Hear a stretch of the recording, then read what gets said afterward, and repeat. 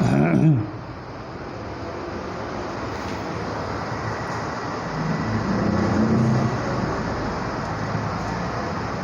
दोस्तों, स्वागत है आप सभी का एक बार फिर से लक्ष्य क्लासेस के YouTube चैनल पर। और डेली न्यूज़ प्रोग्राम में जैसा कि हम हर रोज़ एक महत्वपूर्ण ऐसे पक्ष को लेकर आते हैं जो न्यूज़ में बना रहता है और इससे हमारे क्वेश्चंस जो हैं रेगुलर एग्जाम्स में बनते हैं। तो हम हर एक उस टॉपिक के कुछ मेन पॉइंट्स को देखते हैं, उन महत्वपूर्ण पक्षों को देखते हैं जिससे हमारे पेपर्स में एग्जाम्स में क्वेश्चंस बन सकते हैं। तो चलिए आज शुरू करते हैं। आज का जो हमारा विषय है वो वस्तु और सेवा कर है, गुड्स एंड सर्विसेज टैक्स और काउंसिल। इससे पहले हम आगे की ओर बढ़ें, आप लोगों से निवेदन है कि जिन लोगों ने अभी तक हमारे चैनल को सब्सक्राइब नहीं किया, सब्सक्राइब कर लें, बेल आइकन को प्रेस जरूर करें ताकि अगली वीडियो की नोटिफिकेशन आप तक सबसे पहले पहुंच सके। और जिन लोगों ने अभी तक लाइक नहीं किया, लाइक जरूर कर देना, शेयर अपने दोस्तों में करना बिल्कुल नहीं भूलना। तो चलते हैं कि क्या सुर्खियां रहीं जिसके कारण आज हम इसे पढ़ रहे हैं। तो अभी सुप्रीम कोर्ट का एक गाइडलाइन आया है, एक डिसीजन आया है कि GST council recommendations not binding. ये बोला है किसने? सुप्रीम कोर्ट ने। भारत के उच्चतम न्यायालय ने ये कहा है कि जो जीएसटी काउंसिल की रिकमेंडेशन है वो बाइंडिंग नहीं है। किस पर? सेंटर और स्टेट्स पर, जो केंद्र और राज्य हैं उस पर जो है ये बाइंडिंग नहीं होगा। ये बात इसमें सुप्रीम कोर्ट ने बोल दी है। तो जीएसटी जो लागू होने से पहले काफ़ी चर्चा में रहा था, जिसको लेकर सुप्रीम कोर्ट ने जीएसटी की सिफारिशों की स्थिति को अब स्पष्ट कर दिया है और क्या कहा है कि जीएसटी परिषद की सिफारिशें केंद्र और राज्य के लिए बाध्यकारी नहीं होगी। तो अब ये देखने वाली बात होगी कि आगे आने वाले समय में जीएसटी में अब क्या कोई नया बदलाव हो सकता है या नहीं। तो इस पर हम लगातार अपने डिस्कशन को जारी रखते रहेंगे। जब भी ये समाचारों में बनेगा तो हम एक बार फिर से आपके सामने इसको लेकर आएंगे। तो फिलहाल सुप्रीम कोर्ट का ये डिसीजन आया है, तो आज हम चलते हैं कि भाई इसका बेसिक पॉइंट क्या रहा। अब ये सुर्खियों में एक तरीके से तो हमने यहाँ देखा, इसके बाद कुछ पॉइंट्स में अगर हम इसे देखें कि ये सुर्खियों में क्यों और किस लिए बना रहा, तो यहाँ पर हम लोग देख सकते हैं जैसे कि सुप्रीम कोर्ट ने माना कि जीएसटी परिषद की सिफारिशों का केवल एक प्रेरक मूल्य है। प्रेरक मूल्य यानी कि परसीव वैल्यू, यानी कि इसका मतलब ये हुआ कि जीएसटी की जो सिफारिशें हैं, जीएसटी काउंसिल परिषद की जो सिफारिशें हैं वो केवल और केवल एक रूप में उत्साहवर्धक हैं। राज्यों को या केंद्र के जो यूनियन टेरिटरीज हैं, केंद्र शासित प्रदेश हैं, उनमें कुछ बदलाव लाने के सुझाव दे सकती है, लेकिन उन पर बाध्यकारी नहीं हो सकती कि राज्य और केंद्र शासित प्रदेश जो है उसे माने ही माने। वे प्रकृति में बाध्यकारी नहीं है। इस बात को जो है स्पष्ट रूप से किसने कहा है? सुप्रीम कोर्ट ने अभी हाल ही में कहा है। इसके अलावा सुप्रीम कोर्ट ने इस बात को भी स्पष्ट रूप से कहा कि भारतीय संविधान का अनुच्छेद 246A संघ और राज्यों को बराबर मानता है। ठीक है, अनुच्छेद 246 है, इसको ध्यान रखना है, अच्छे से नोट डाउन कर लेना है। किसको? अनुच्छेद 246A ये राज्य और केंद्र को एक समान मानता है, जो हमारे संविधान का है। इसके अनुसार क्या बोला गया? इसमें यह बोला गया है कि राज्यों को भी वस्तु और सेवाओं पर कर लगाने का अधिकार है, टैक्स लगाने का अधिकार है, ना कि केवल केंद्र सरकार को। ठीक है, ना कि केवल केंद्र को या सेंट्रल गवर्नमेंट को कर लगाने का अधिकार है, बल्कि केंद्र और राज्य दोनों को ये बराबर अधिकार है कि वो वस्तु और सेवाओं पर, गुड्स एंड सर्विसेज पर क्या लगाए? टैक्स लगा सकते हैं। और ये किस में बोला गया है? ये अनुच्छेद 246A में बोला गया है, जिसका जिक्र सुप्रीम कोर्ट ने अपने इस डिसीजन में लिया है। इसीलिए संसद और राज्य विधानसभाओं के पास माल यानी गुड्स और सेवा कर पर कानून बनाने का समान अधिकार है, उनको समान शक्तियां दी गई हैं। ये बात स्पष्ट रूप से बोल दी गई है। तो इस बात को ध्यान रखना है। अनुच्छेद 246A क्या कहता है आप लोगों ने रिकॉर्ड कर लिया, नोट डाउन भी कर लिया होगा। तो आगे की ओर हम बढ़ते हैं। तो वस्तु और सेवा कर परिषद है क्या, इस पर हम चर्चा कर रहे हैं कि वस्तु और सेवा कर परिषद क्या है। इसकी goods and services tax GST से संबंधित मुद्दों केंद्र और राज्य सरकार को सिफारिश करने के लिए एक संवैधानिक निकाय है। कौन? जीएसटी परिषद, यानी कि goods and service tax council क्या है? वस्तु एवं सेवा कर से संबंधित मुद्दों पर, यानी कि कुछ वस्तुओं पर, वस्तुएं कुछ भी हो सकती हैं, जैसे कोई भी एक पेन हो गया या फिर कोई भी एक एसेंशियल वस्तु हो गई, मोटर बाइक हो गई। ठीक है, मोटर बाइक हो गई, उस पर क्या कर लगेगा? ठीक है, उस पर क्या कर लगेगा, इसका क्या करना है? एक सलाह देने वाली निकाय है। क्या है?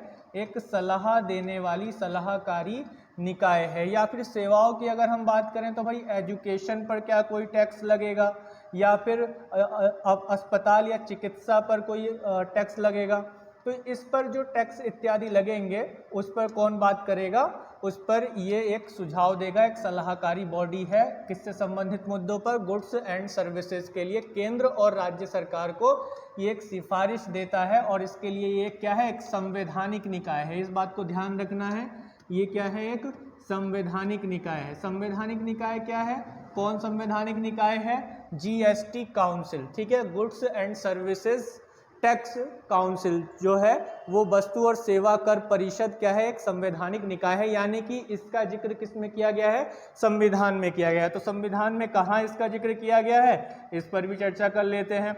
तो संविधान में 101वें संविधान संशोधन के माध्यम से, कौन सा संविधान संशोधन, 101, इस बात को ध्यान रखना है, कौन सा, 101वां संविधान संशोधन के अनुसार जो 2016 में हुआ, उसके अनुसार संविधान में 279 ए एक्ट किसको जोड़ा गया, अनुच्छेद को जोड़ा गया, 279 ए अनुच्छेद को जोड़ा गया, जिसके द्वारा जीएसटी परिषद का प्रावधान संविधान में किया गया। तो संविधान में जो 101वां संविधान संशोधन है वो किस अनुच्छेद से जुड़ा हुआ है, अनुच्छेद 279 ए से, ठीक है, 279 ए से जुड़ा हुआ है। 279 का संबंध किससे है, 279 का संबंध भैया जीएसटी परिषद से है, ठीक है, जीएसटी काउंसिल से है, जिसकी हम लोग अभी बात कर रहे हैं, जो अभी सुर्खियों में बना हुआ है। इसके बाद अगर हम बात करें तो ये देश का सबसे बड़ा अप्रत्यक्ष कर सुधारों में से एक रहा, जो भी इनडायरेक्ट टैक्स होते हैं उसके सुधारों में से एक रहा। 2016 में हम देखते हैं देश में दो प्रकार के हम कर देखते हैं, एक जो प्रत्यक्ष कर होता है जैसे इनकम टैक्स वगैरह, एक अप्रत्यक्ष कर होता है जैसे सर्विस टैक्स, एक्साइज ड्यूटी इत्यादि।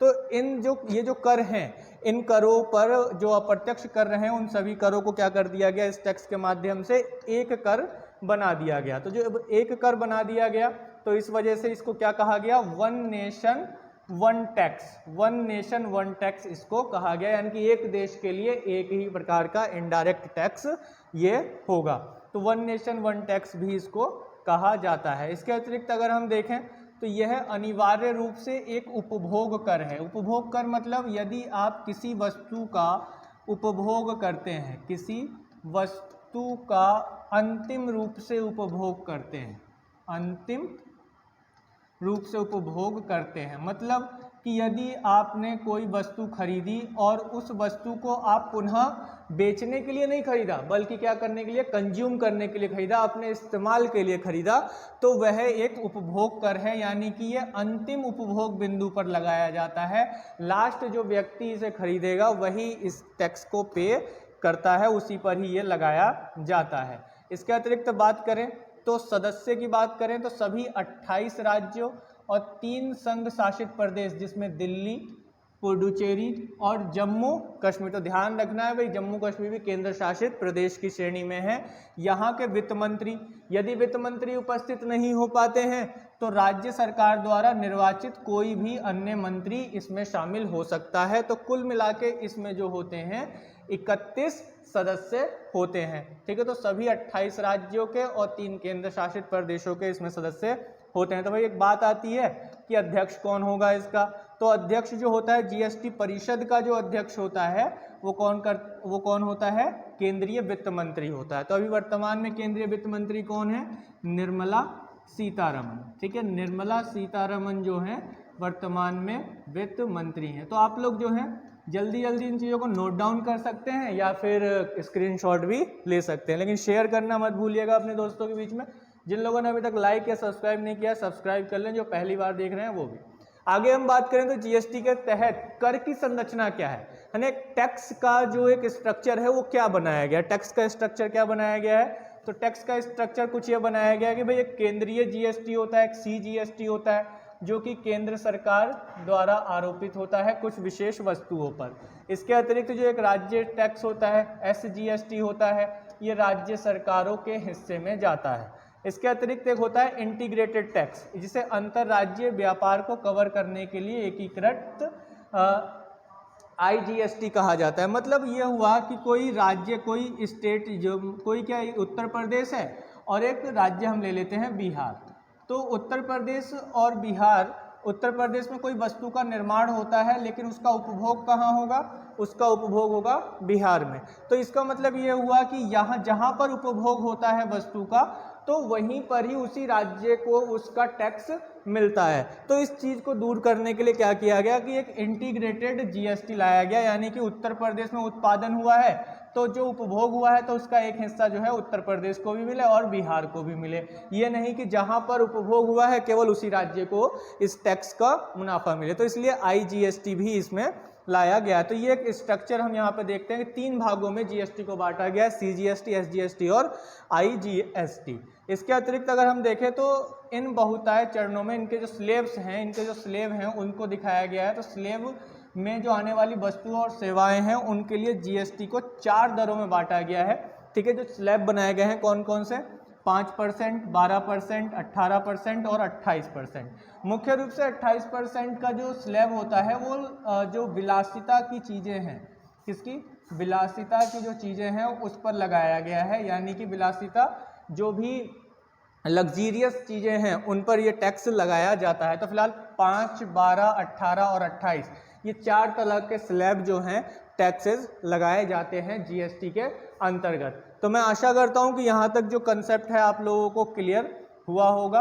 और जो जीएसटी से संबंधित बेसिक नॉलेज है, आर्टिकल्स जो मेनली हैं, अनुच्छेद हैं, वो आपको ध्यान रखने चाहिए कि भाई 246A में अभी हाल ही में सुप्रीम कोर्ट ने क्या कहा है कि भाई ये डिसीजन कैसे बना, या फिर हम ये बात ध्यान रख सकते हैं कि कैसे आगे की और जो अनुच्छेद 279A है, अनुच्छेद 289A है, ये किससे संबंधित है, तो ये जीएसटी काउंसिल से, परिषद से संबंधित है। इस चीज़ को हमें ध्यान रखना है। 246A में क्या बताया गया है कि केंद्र और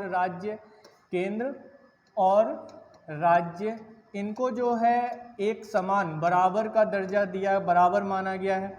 किसने, संविधान ने बराबर इनको माना है, संविधान ने इनको बराबर माना है। किस मामले में, वस्तुओं और सेवाओं पर कर लगाने के लिए, वस्तुओं और सेवाओं पर कर लगाने के लिए। ठीक है, तो ये जो कंसेप्ट है वो हमारे सामने, जो करंट अफेयर्स होता है, कोई भी चीज़ करंट अफेयर्स के रूप में आती है तो कुछ एक बेसिक चीज़ हमारे सामने खोलकर रख देती है। जैसे कि और अगर हम बात करें तो 101वां जो संविधान संशोधन है, 101 संविधान संशोधन जो है वह किससे संबंधित है। तो ये ऐसे प्रश्न जो है आराम से पूछ लिए जाते हैं। 2016 में ये संशोधन हुआ, तो ऐसे संशोधन, इससे जो क्वेश्चन मेनली ओवरऑल हमारे बन जाते हैं वो प्रश्न कुछ इसी तरीके से बन जाते हैं। तो आज की वीडियो आप लोगों को कैसी लगी कमेंट करके हमें जरूर बताइएगा। अच्छी लगी हो तो लाइक, शेयर और सब्सक्राइब करना ना भूलें। जय हिंद।